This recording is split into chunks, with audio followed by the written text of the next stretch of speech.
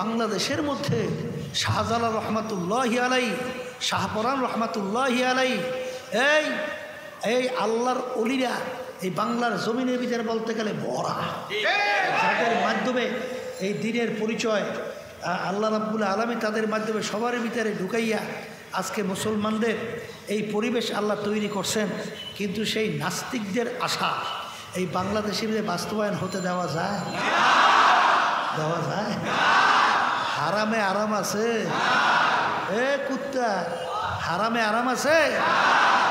কোনোদিন নাই, আজ পর্যন্ত কেউ পায় নাই, কোনোদিন পাবে না। ওই আমি প্রায় উদাহরণ দিয়ে বলি, আজকেও বলি, আমার বোন লন্ডনে থাকে, সে আসছিল কয়েক বছর পূর্বে, আমাদেরকে বলতেছিল, প্রায় প্রতি বছরই আসে, তো আমাকে বলতেছিল যে এই লন্ডনের মধ্যে এক মহিলা বুড়ো হয়ে গেছে, বুড়া, এখন তার পাশে কেউ নাই, একবারে কেউ নাই। এখন তার একটা সাথী হইল কুত্তা, সাথে কি?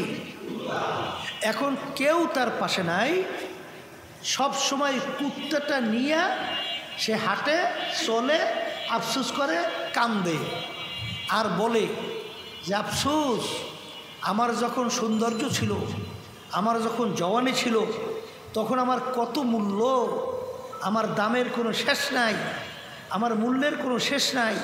কিন্তু যখন আমার জওয়ানি চলে গেছে, এখন আমি বুড়ো হয়ে গেছি, এখন আমার কোনো মূল্য নাই, কোনো মানুষ আমাকে জিজ্ঞাসা করে না, এখন আমার সাথী হলো একটা কুকুর। এখন বলেন তো এই জিন্দিগির মূল্য কি আছে? কোনো মূল্য?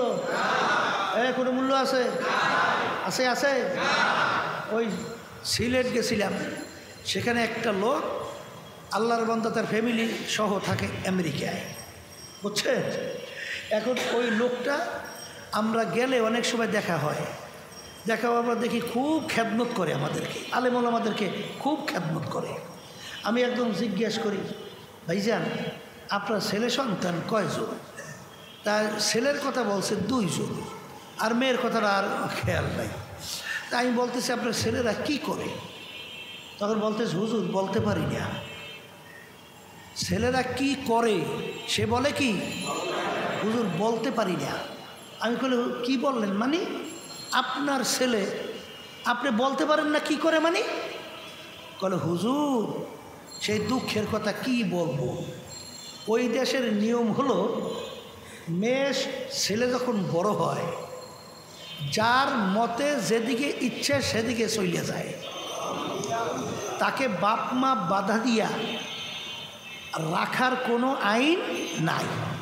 যদি কোনো বাপ মা তাকে বাধা দেয়, যেরকম ইচ্ছে সেরকম চলার ব্যাপারে, তাইলে সে যদি বাপ মায়ের বিরুদ্ধে অভিযোগ দেয়, তাহলে বাপ মাকে নিয়ে জেলের ভিতরে ঢুকাই রাখে। এখন হুজুর কোথায় গেছে বলতে পারি না। আচ্ছা বলেন তো, এটা কোনো জিন্দিগি? এটা কোনো জিন্দিগি? এই জিন্দিগিকে আমরা চাই? এই পশুর জিন্দিগি আমরা চাই? এই হারামে আরাম আছে?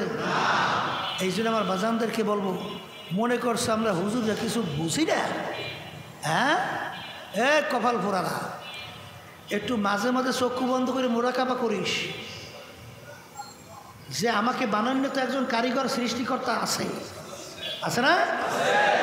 কিন্তু এই নাস্তিকেরা তো সৃষ্টিকর্তা পায় না, ওরা তালাশ করতে যাইয়ে পায় বানরের জাত। ওরা নাকি বানর থেকে সৃষ্টি হয়েছে, বলে বানরের অনেক পার্সের সঙ্গে মানুষের অনেক পার্সেল মিল আছে।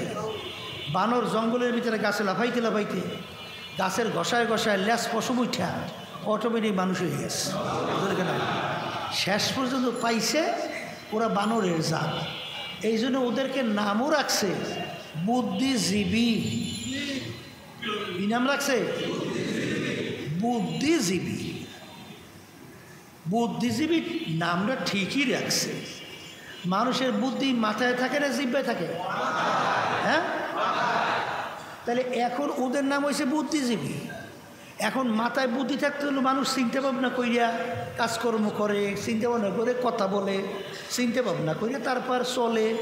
কিন্তু যখন জিহ্বায় বুদ্ধি হয় তখন জিহ্বার কোনো ব্যালেন্স আছে? ও তো আবল তাবল যা মনে করে তাই কয়। এখন ওদের বুদ্ধি মাথার থেকে বলে জিহ্বায় আসছে, এই জন্য ওদের নাম দিয়েছে বুদ্ধিজীবী। এই জন্য ওরা তালাশ করে সৃষ্টিকর্তা পায় না, এই জন্য তালাশ করতে করতে পাইছে বান্দরের জাত। নাউজুবিল্লাহ। কিন্তু আমার বাজানদেরকে বলবো, এই মরণ কিন্তু লাগবে।